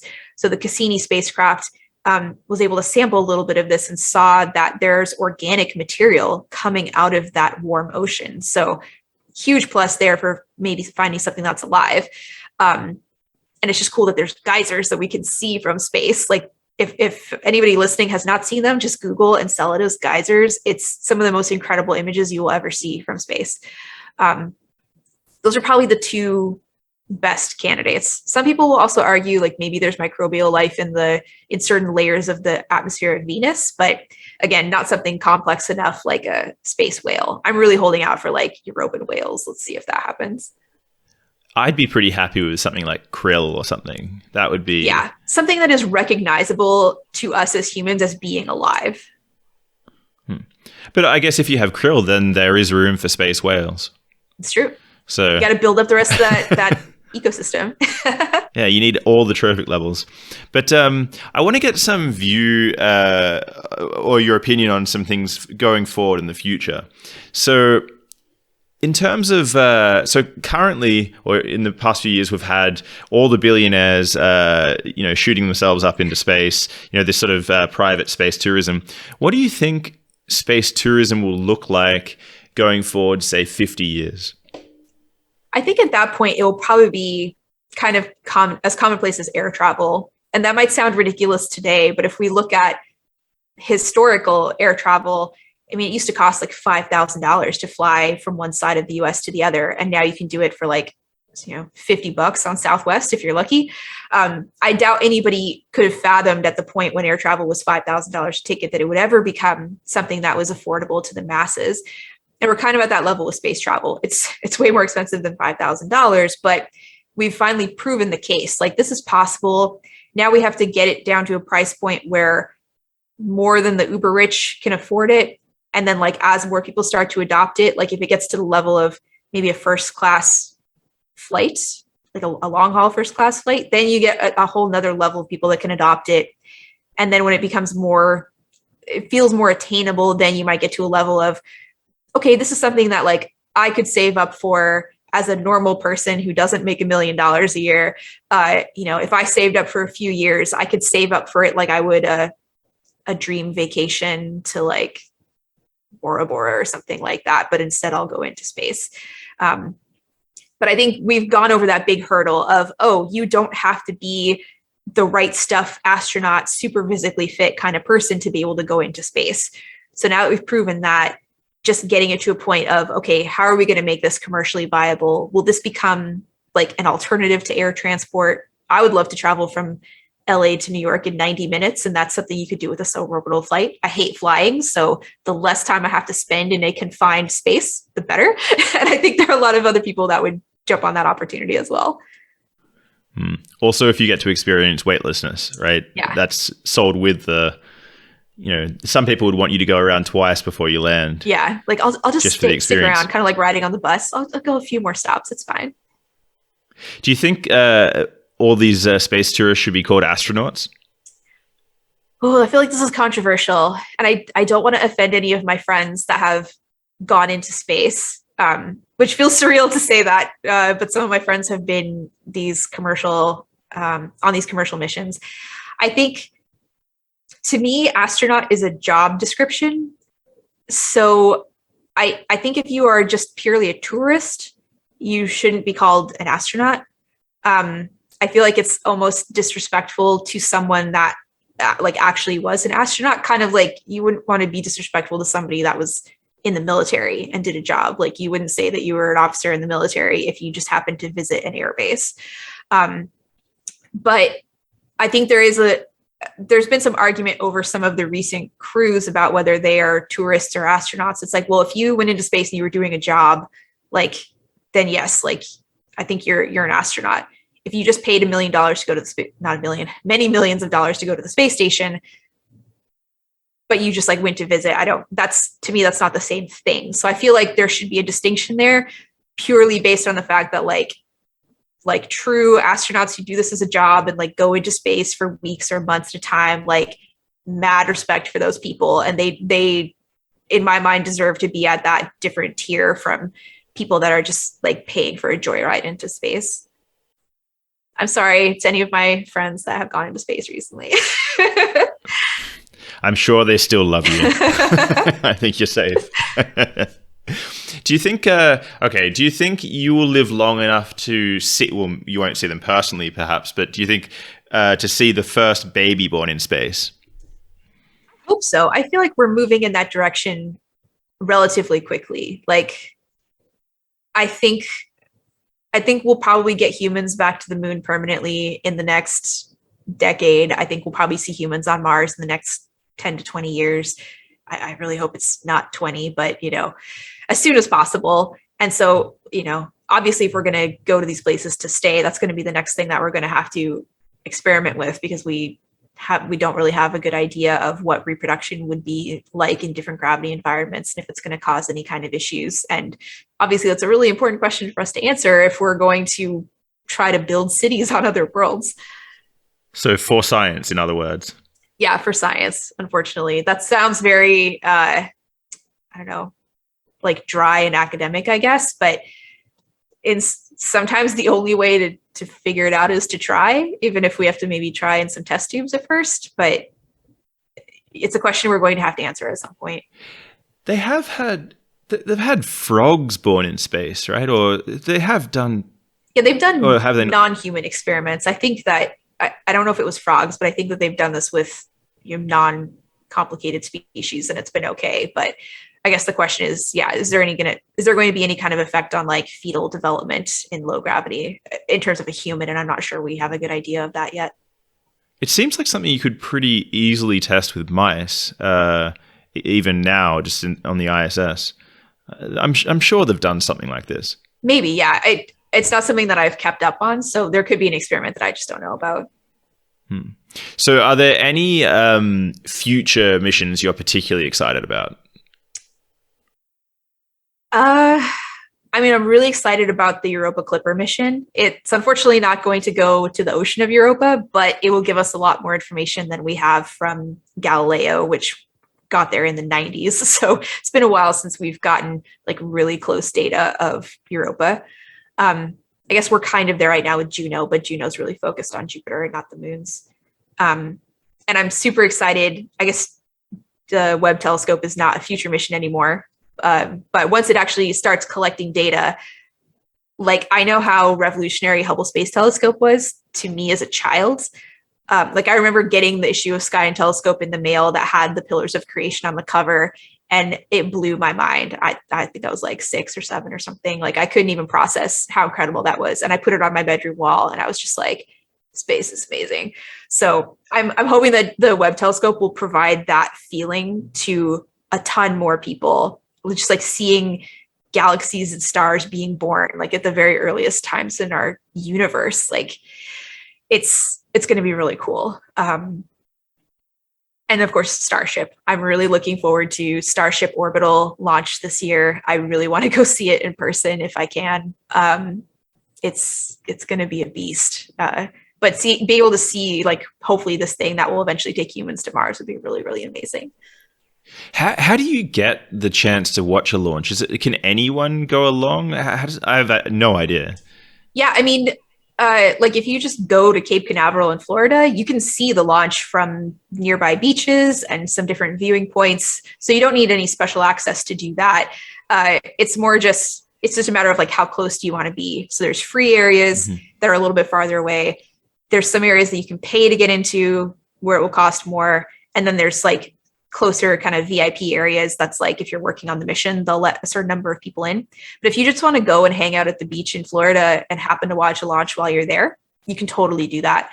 Same thing with the SpaceX launches that are happening in Texas. You can't get like onto the base necessarily, but you could be nearby in Boca Chica and see these launches, because they are, they're flying through the sky, right? So it's very easy to see from even kind of far away. I'd love to see one of these. I'd absolutely love to. One day in the future. But I want to wrap up with just a view of the future. What do you think will be the next Apollo scale mission that we'll do? Do you think it's going to be Mars? Do you think it's going to be something else? What's your view for humanity's next big shot into space? I hope that it's Mars. I mean, we're going to send humans back to the moon, but I don't think it's going to have the same excitement to people as the Apollo missions did, because we've been there before. But if we actually send humans to Mars, we make it an event, we tell people why we're going there, we send people that can engage with folks back on Earth to make them excited about it and feel like this is something that all of humanity is coming together to do. It's not just some people we shot in a tin can to Mars and we're going to ignore them for the next 5 years. I think that might really be the next thing. And I can only hope that people would get just as excited about that as they did with Apollo. For the same things about the discovery potentially of life on Mars, I worry that people are too distracted all the time to really pay much attention, even if it was going to happen. And some people seem to think we've already been to Mars, because I get that question a lot, even from adults. They're like, oh, The Martian was based on a true story, right? Like, no. If humans had been to Mars, I think that like you probably would have heard about it. It's kind of a big deal. So I really hope that like if we make this a thing that is a human achievement, like a human goal with multiple countries involved, like maybe we can reignite that kind of spirit again.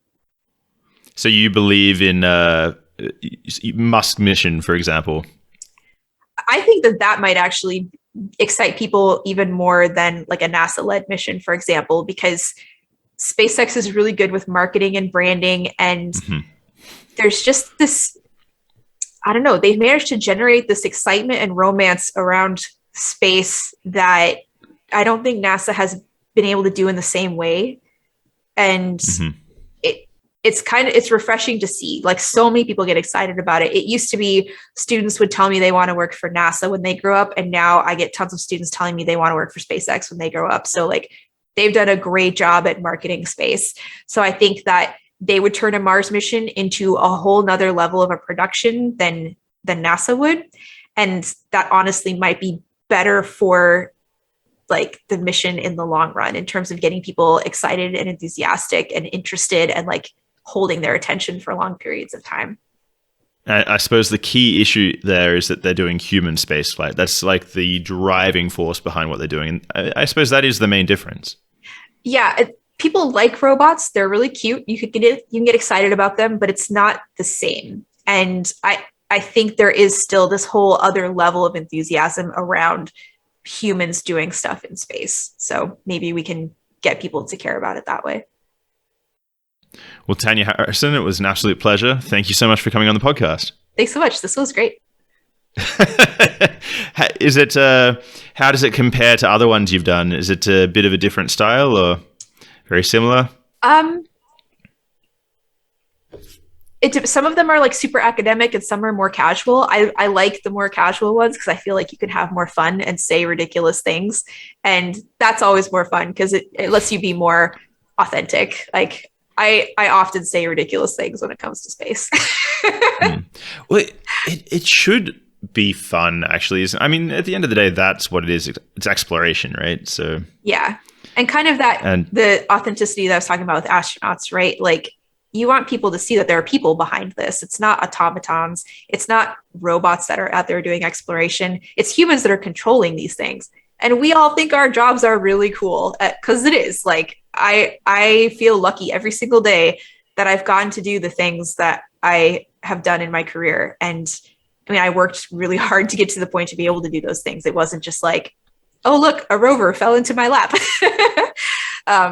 But yeah, it's really amazing to be able to be a part of something like that, that is so expansive and futuristic, and something that so few people get to do directly. And so I feel like it's my responsibility to share what we're doing with the world, because it is such a limited experience. Do you think, so you mentioned at the very beginning that, you want to send people to Mars who might be able to engage with people who aren't just dry and academic, or, people who maybe have some experience in entertainment or in teaching. If, for example, NASA or SpaceX came to you and said, look, we have a seat, we need someone who's good at communicating, someone who, has a real passion for this, would you go along? Would you? I'm really claustrophobic, like extremely claustrophobic. So I think realistically, I wouldn't be able to make it. I would freak out, which is unfortunate. I would love to go to Mars. I would love to go and see one of the rovers that I've worked on in person, in place. Like, oh, wow, this, like, I've seen you from space all this time, and now I'm standing next to you. But I think realistically, I would have like a terrible panic attack, and they would have to kick me off the mission. So I'll let other people take that opportunity, and I will watch them from afar, and I'll promote the heck out of them. And, I think that that's my role. And unless I can become not claustrophobic someday. Do you think maybe some great-great-grandchildren, or, a few generations down the line, are going to be on Mars at a museum, and the rovers are going to be there lined up? That would be really cool. I kind of hope that they just leave them in place, though. Like, maybe build a museum around where the rover had its, last stand. There's just something kind of beautiful about, like, we as humans drove the rover for X number of years, and like this was its final resting place. Almost treat it like a memorial. Like, we're going to protect this rover inside this little building, but like you get to see where it came to rest.